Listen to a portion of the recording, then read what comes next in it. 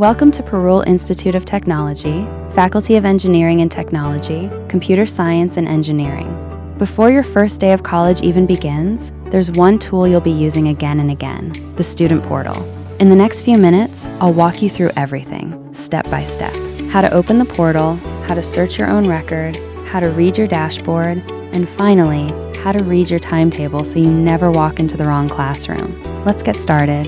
Getting into the Student Portal takes just 3 steps. Scan or open, let the portal load, and search your record. Let's go through each one. Step 1, Option A. Scan the QR code. The first way to reach the portal is by scanning the QR code that's printed on your document. Here's how. Open the camera app or any QR scanner app on your mobile phone. It's quick and it works on any smartphone. Step 1, Option B. Open the website. If you're on a laptop or desktop instead, here's the second option. Open any browser, Google Chrome, Microsoft Edge, or Firefox, all work fine. Type or copy-paste the website link into the address bar. Press enter, and the Student Portal will load. That link is skybluemallard303742.hostingersite.com. Either option, scanning or typing, takes you to exactly the same place. Step 2. After the portal opens. Once the portal loads, here's what happens next. The Student Portal homepage appears, ready for you to search. You'll enter your UG number into the search box. Then you click Search Record, and your academic details and personal timetable will be displayed. That's it. 3 steps, and you're in. Part 2, Searching Your Record. Let's take a closer look at the Student Portal's homepage, the search screen you'll land on every single time. At the very top of the page, you'll see the Parul University banner. It clearly displays the title Student Portal. This is a simple but important confirmation. It tells you that you've landed on the correct page and not somewhere else by mistake. Right in the center of the page is the search section. Search student by UG number. Here's what you need to know. Every student has a unique UG number provided by the university. Enter your correct UG number into the input box. Click the search record button to view your information. For example, a UG number looks like this. 22UG123455. Now, this next part is important, so listen carefully. If you enter the correct UG number, your record is found instantly. Your full academic details appear, and your personal timetable becomes visible. But if you enter an incorrect or invalid UG number, the portal will deny access completely. No student record will be displayed. Not a partial one, not an error with your name on it, nothing. Just no access. So, always double-check your UG number before you search. One typo, and you'll be locked out. Part 3.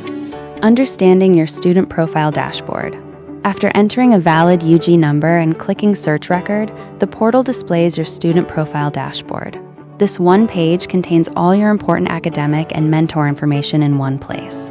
Let's break it down section by section. Section 1. Student Profile Header. At the very top of your dashboard, you'll see your name displayed prominently. Right below it, your UG number is shown again. This is your final confirmation that the correct record has loaded. For example, name, Mohit, UG number, 22UG123455. Section 2, Academic Details. Next comes the Academic Details section, and it includes 7 key fields. Roll number, used for classroom attendance. UG number, your unique university ID, shown again here. Enrollment number, your official enrollment ID from the university. Branch, your department or course, for example, CSE. Division, your assigned class division. Batch, your batch or section. Room number, the classroom assigned to you. Everything about your academic identity in one panel. Section 3, Timetable link. Just below that, you'll find a Click Here link for your timetable and schedule. Clicking it lets you view your daily schedule, subject timings, faculty information, and classroom details. It's the easiest way to check your latest class schedule anytime you need to. Section 4, Mentor Faculty Details. Finally, at the bottom, you'll find your mentor and faculty details. Specifically, your MFT name, the mentor faculty teacher assigned to you, and their MFT contact number. Use this information to reach out to your mentor for academic guidance, attendance issues, or any other support you might need. So, in one page, your identity is confirmed at the top, your academic details sit in the middle, Your timetable is one click away, and your mentor's contact is right there at the bottom. Everything you need in one place. Now, since your timetable is such an important part of this dashboard, let's spend the last few minutes learning exactly how to read it. Part 4. How to read the timetable. Now, I'll explain how to read the timetable. Every class entry on it contains 3 pieces of information: the subject, the faculty, and the classroom. Example 1. Regular theory class. Let's break down a real entry. WD, NPM, 222. WD is the short name of the subject, web designing. NPM is the short name of the faculty teaching it. 222 is the classroom number where the lecture is held. So if you see WD, NPM, 222 on your timetable, it means you have a web designing lecture taught by faculty NPM in classroom 222. Simple as that. Example 2. Classes divided into 2 batches. Now, some practical or laboratory classes are split into 2 batches based on your roll number. Batch 1 covers roll numbers 1 to 36.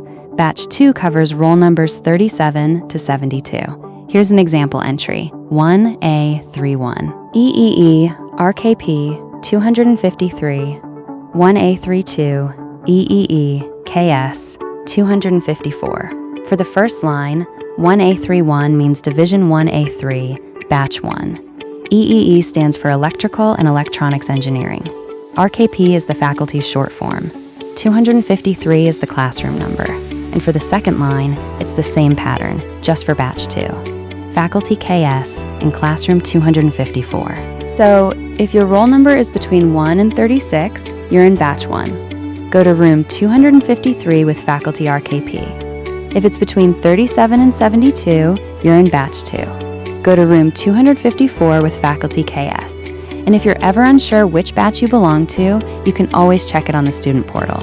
Example 3. Classes divided into 3 batches. Some laboratory classes go one step further and split into 3 batches. Batch 1. Roll numbers 1 to 24. Batch 2. Roll numbers 25 to 48. Batch 3. Roll numbers 49 to 72. Here's the example. 1A31, PPS, HR, 374A, 1A32, WD, NPM, 374B, 1A33, PPS, DVA, 374C. Each row follows the exact same pattern. Division and batch, then subject, then faculty, then lab room. So Batch 1 goes to Lab 374A with Faculty HR for Programming for Problem Solving. Batch 2 goes to Lab 374B with Faculty NPM for Web Designing. And Batch 3 goes to Lab 374C with Faculty DVA, again for Programming for Problem Solving. For laboratory sessions like these, always attend according to your assigned batch. And again, that assignment is something you can confirm on the student portal. So to wrap up this section, a regular class reads as subject, faculty, room. A 2-batch or 3-batch class simply adds your division and batch number to the front of that same pattern. The logic never changes, only the number of batches does. If you have any questions, you can always reach out to your mentor faculty teacher or contact the department directly. Welcome once again to Parul Institute of Technology. We wish you a great start to your academic journey. Thank you.